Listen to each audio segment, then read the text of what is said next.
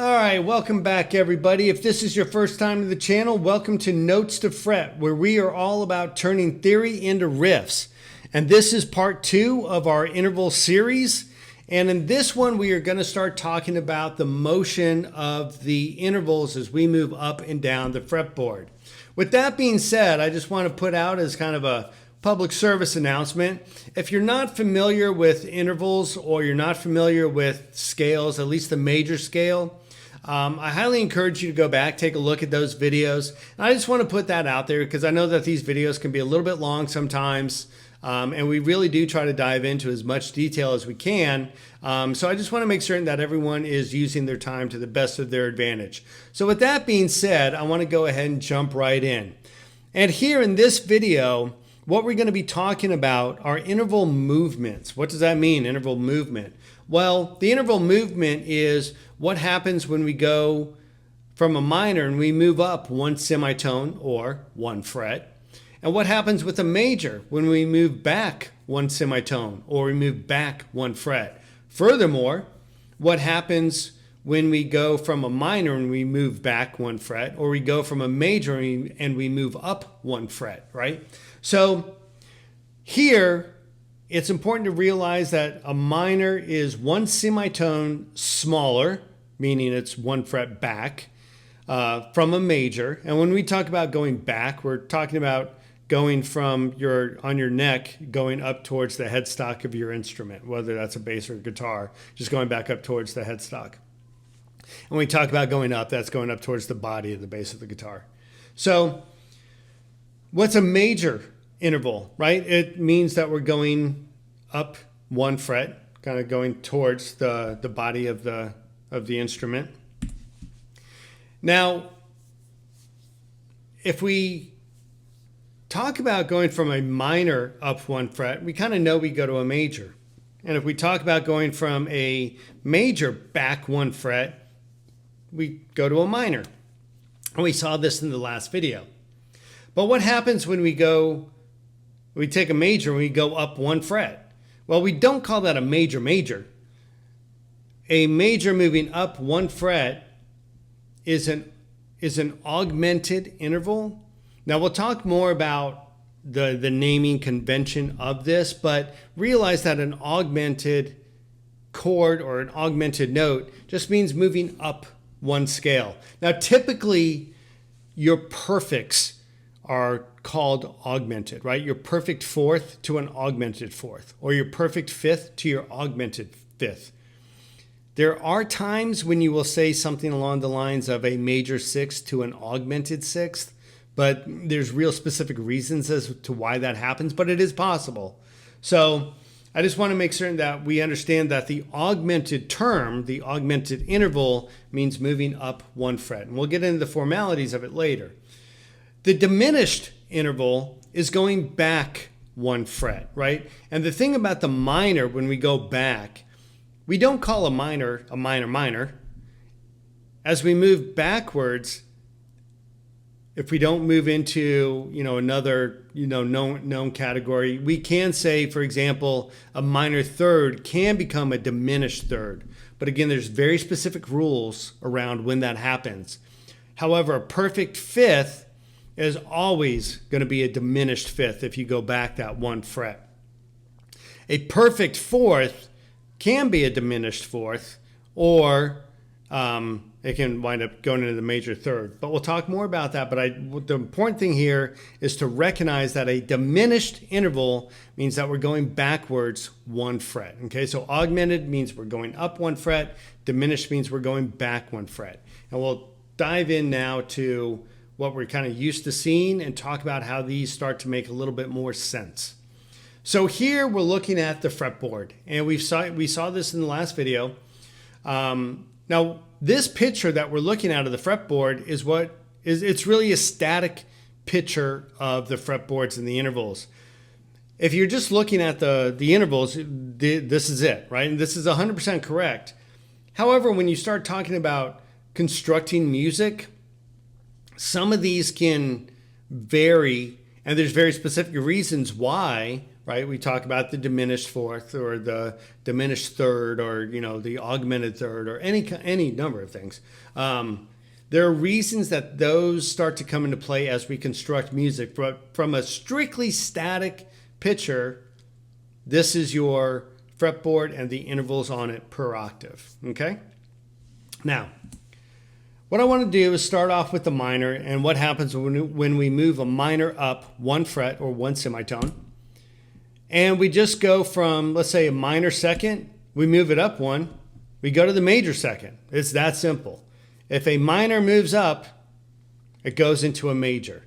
You're not going to find an augmented minor.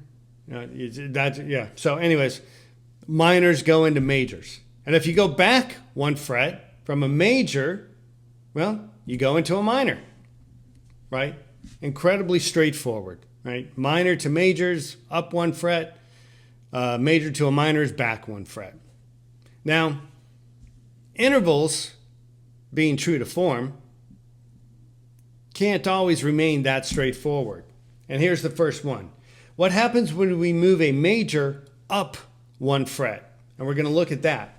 So here we look at it as we can potentially have an augmented, a perfect, or a next degree minor. All of them sound a little bit annoying. But if we look at our major third and we talk about going from our fourth fret to our fifth fret, right off the bat, we kind of look at that and go, okay, well, that's definitely a perfect fifth. FYI, if you're betting on going from major third into what the next increment is going to be, if you're in Vegas and you're betting, bet on perfect fourth. It's going to be a perfect fourth the majority of the time.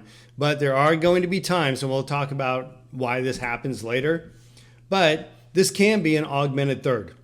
And that's absolutely valid, right? And this is where the dynamic part of music starts to come in a little bit. So a major third moved up one fret can absolutely be an augmented third, or it can be a perfect fourth, okay? Now, typically with, guitar players, the annoyance here isn't the fact that it can have two names. It's trying to understand when to call it which. And we'll get into that later in the video, but I want to acknowledge that frustration. But for now, let's just keep it at, you can go from the major third to an augmented third. It's very rare, but you can. Or you go from a major third to a perfect fourth, which is much more common. But we also have, after we talked about the augmented and the perfect, we also have this next degree minor. What next degree minor? What, huh? That sounds sketchy. But let's look at the major sixth for a minute. When we look at all of these intervals, we have major second, we have minor thirds, perfect fourth, perfect fifth, and I'm kind of emphasizing the numbers here a little bit, but those are degrees, right? So we have the second degree, the third degree, the fourth degree, the fifth degree, sixth degree, seventh degree, and even though the cool kids call it an octave, it can also be called the perfect eighth, meaning it's also the eighth degree. So that's what we mean when we're talking about degrees. And so if we're going to move a major up one fret, we can also go from a major sixth, for example, to a minor seventh. And that's what we mean by the next degree minor, okay? That's also a possibility. So those are the three things that can happen when you go from a major up one fret. You can either wind up on an augmented, a perfect, or the next degree minor. Now, not to be undone or outdone, the minor has its own set of rules. And here, if we move the minor back or down one fret, we can either get diminished, a perfect, or the previous degree major. And to kind of show what we're talking about here, we're going to go ahead and look at the minor sixth. And what happens when we move the minor sixth back? You could think, oh, it's definitely the perfect fifth. Well, it can be the diminished sixth. Now again, if you're in Vegas and you're betting, it's a pretty good bet that that is going to be a perfect fifth. However, it can be a diminished sixth. And again, we'll talk more about this later. But it, again, it's that frustration. When do I call it? Not the fact that it has two names, but how do I know when to call it which? And we'll touch on this in this video. So that, talks about our diminished, but again, it can be the perfect fifth, right? And chances are pretty good it's going to be a perfect fifth. But, like I said, it can be the diminished sixth. Now, in addition to that, right, we talked about the perfect. In addition to that, we can also have our previous degree major. So if we're looking down here at our minor seventh and we move back 1 fret, well, we go into the sixth degree, which is the previous degree from our seventh, but it's going to be major. And so therefore, we go into our previous degree major. Okay? Now, all things not to be undone, we need to talk about the tritone. Now, the one thing about just calling the sixth fret, or the six frets up or 6 semitones up from wherever it is that you are, we're talking about the open strings here. When you move up to that sixth fret, the tritone, genuinely speaking, doesn't have any context associated with it. And that sounds really kind of annoying and, what do you mean no context with it? When we talk about our intervals, whether or not we're going to go from a major third to a perfect fourth or a major third to an augmented third, the reason that variation has some meaning is because it will be within a context of a scale. What are the previous intervals that, how many sequences or how many frets have we moved up? Things along those lines. That determines what we kind of name it. With tritones, we don't really have a tritone in a scale. Even though we may have 6 semitones in a scale or 6 frets moved up or down in a scale, we don't call it a tritone within a scale. Typically where you hear the term tritone is if you're jamming with some other musicians and you think that the sound might be a little bit too low. Well, you could say, well, move that up an octave, but chances are really good that that's going to be way too high.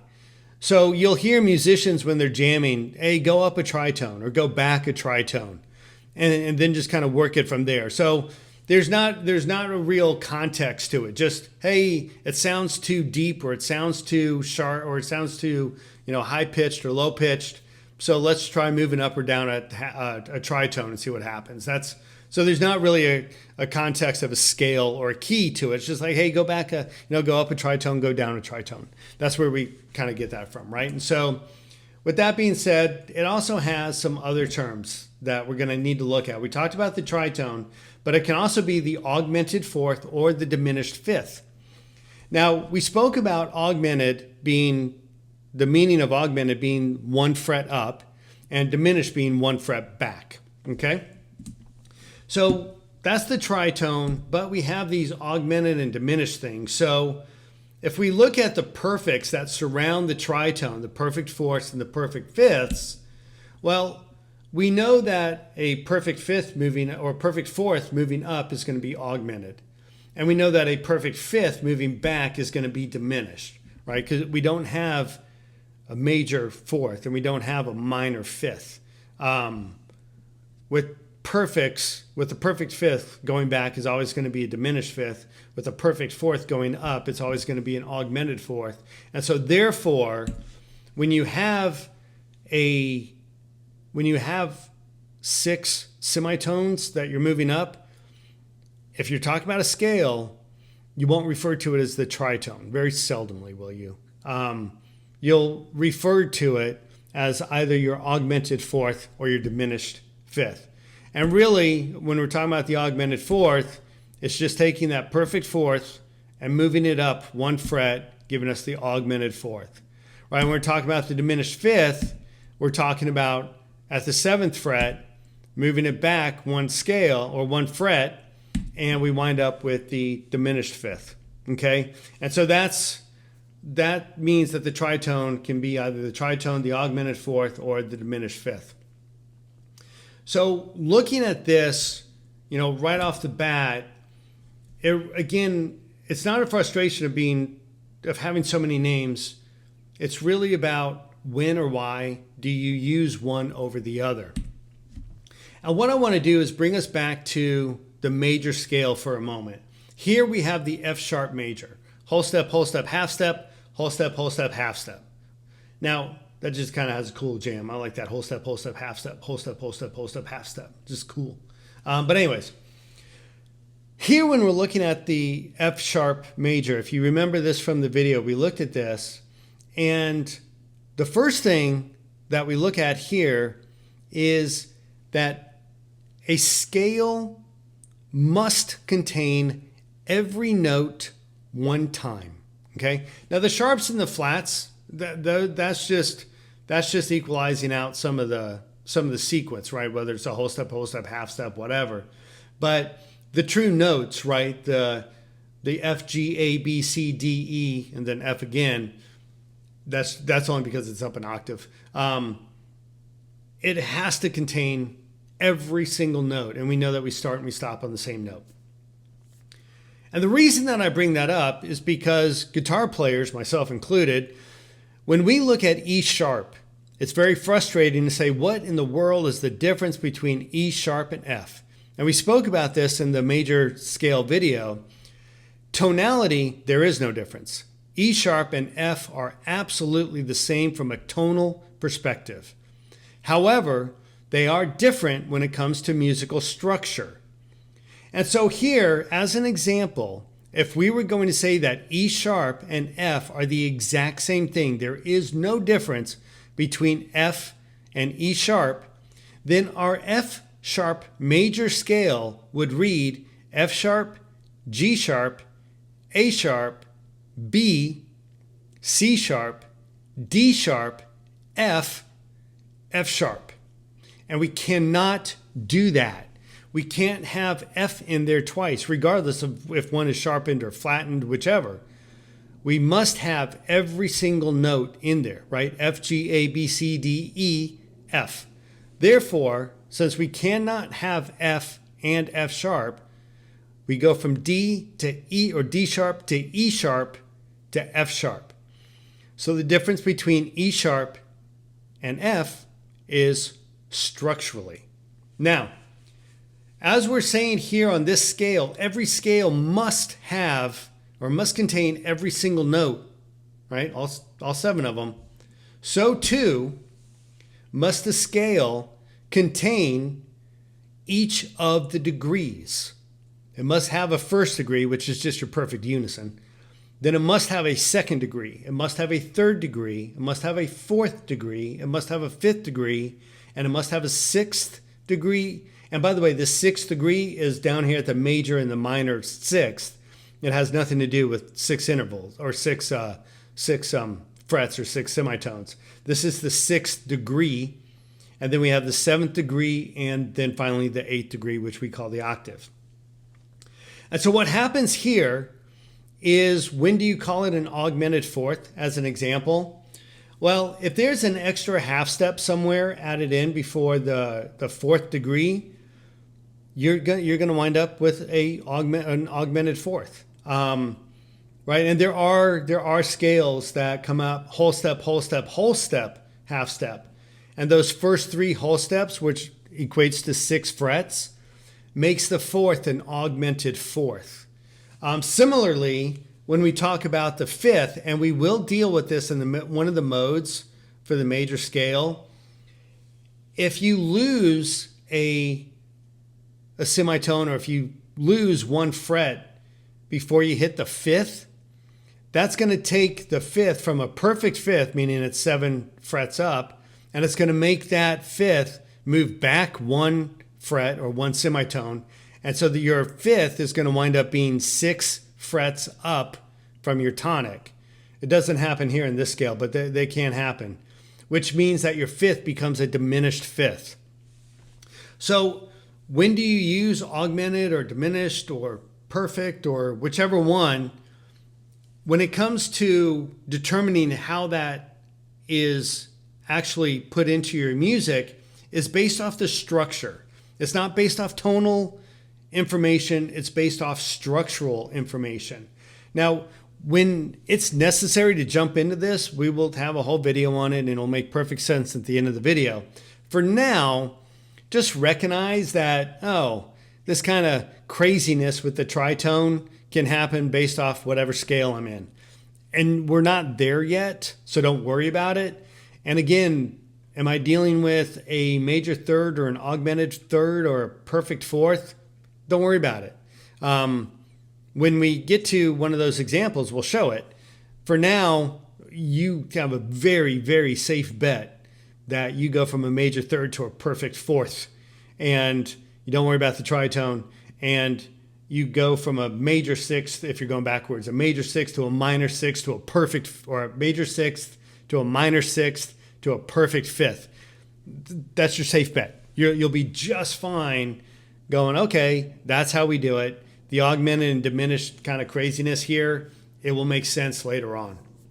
I just want to make you aware of it right now and why some of this stuff starts to happen. It does make sense, but we haven't dove into the details of looking at some examples of this right now, so it's probably hard to wrap your head around.